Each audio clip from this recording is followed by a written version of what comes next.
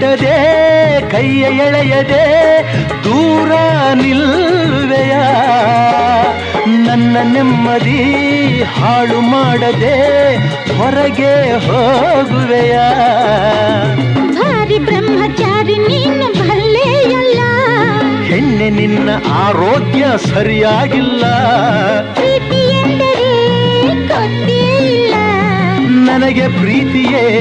ಬೇಕಾಗಿಲ್ಲ